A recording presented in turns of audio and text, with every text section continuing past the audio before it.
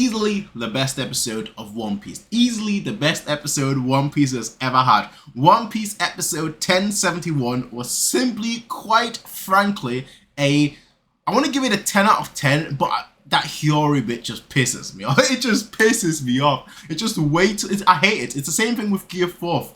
I hated it. How we get, Gear 4th, and then suddenly, like, we switch over to, like, the civilians and everything, just, like, running around for, like, 5 minutes. Same thing with Gear 2nd. Gear 2nd, end of the chapter. Next chapter, we focus on something completely different for half the chapter. I hate that fact. Gear 5, woohoo, freedom. Woo-woo. Let's go over to Hiyori and Orochi. Like, anybody cares at that point. It's just like, bro, I don't care. So I can't give it a 10 out of 10. But I'm going to give it a 10 out of 10. So I can't give it a 10 out of 10, but I'm going to give it a 10 out of 10. So I'm not even going to talk about the Orochi and Hiyori because nobody gives a fuck. Let's be honest, right? Hiyori to me died as a character even at the end of one, so at this point I don't like her. Anyway, point is, Gear 5th, bum bum boom bum. Bum bum boom bum bum bum bum boom. That shit is fire, bro. That shit is fucking fuego. The animation for this episode, I felt, I've never seen animation like this before. Like, it's crazy because before this episode aired, right? Obviously, we had a few snippets, and I thought, it's gonna look like Monogatari, which is like this very fluid and loose animation. That's what I thought it would look like. It surpassed even that. Like, straight up, it surpassed even that. Like, I'm looking at this, I'm just like, bro, I don't think Monogatari ever looked that fluent.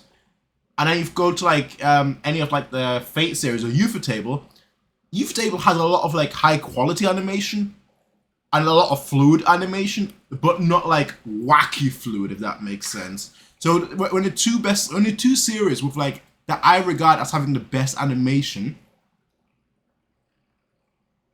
I don't want to say can't compare, but I've never seen fluid animation like this before. I'm just like, bro, was that like... It was a little hard to follow at times, and that's because of the wackiness. And it's intentional, obviously, because of the wackiness of the power and the wackiness of the story. But my goodness, my jolly goodness, like, this just looked amazing. Like, this just straight up looked amazing from, like, a storyboard standpoint, from a directing standpoint, from a, I thought, like, the voice actress for Luffy, she is going through it, bro. Like, laughing for 20 minutes straight. She's like, like, I couldn't do that. I'd be done after, like, 2 minutes. She was literally just laughing. This chapter was great. The chapter, not the episode. The chapter was great. And it's another one where the anime elevated it.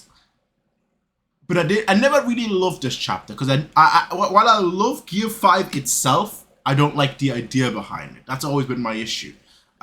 It's the fact that it's actually quite funny because Gear 5 itself isn't my favorite thing of the one. Okay, it's not. That's Roger. Gear 5 is like my 4th favorite thing of like the one arc. But to me, it has a highest peak, but also the lowest value. There's a reason why like Wano is like my least favorite arc, despite the fact that it has 2 of my all-time favorite moments of all of One Piece. And that's obviously number 1 is Roger reaching Laugh Tale. That to me that's the best moment in all of One Piece. But okay, my Wano hate is coming out here a little bit, but I'm not trying to hate on it right now. I'm just trying to explain something. So my Wano hate obviously has a lot to do with the fact of how this arc ends, and it was basically starting like this chapter. Like 1044 is where my Wano hate starts. And it's not the fact that Gear 5 is ridiculous and wacky and all that. I love that. I love that. But I won't go into too much detail because obviously, in case someone is watching this without, having read the manga. So I'm not going to like try and spoil things. But I thought it was just too rushed. That's my issue. I thought, basically, what it boils down to is I thought it was too rushed. And I love the fact that the anime is slow. I've always loved that fact about the anime. I know people have a massive hate bone against the anime for being slow. With, the major thing being like Dressrosa and Punk Hazard. I've always liked that. Because I don't need the anime, well, it's probably because I don't consume the anime as my primary, source of the material. I view it as supplementary. I don't care if they change things up. I don't view it as a one-to-one medium. But I love the anime because it's slower, and that gives us a lot more time to flesh things out, which this arc has done and the previous arcs have done. So like them giving a lot more time and focus in this episode to Gear 5 as well, I love. It's the little things that make a difference, right? It's the little things that if you introduce something new to the story, if you quite literally introduce the peak of a character, of the character, to be quite frank, you know, if you introduce the peak of the main character, you should really focus on the main character, and you should really, like, you know, extrapolate everything that you can and highlight everything that you can from the author, and bring it to light. And that's exactly what they did. I love it. I absolutely love everything I saw in this episode, and I watched it. Funny enough, I watched it without subtitles. I literally just searched for YouTube because I couldn't. I can't wait. I'm typically patient, but I'm impatient when it comes to this. Alright, when it comes to this, I'm impatient. And look, there are certain times that I watch anime episodes, you know, before they're sub because I just can't wait. With One Piece, I was caught up ever since Eni's Lobby.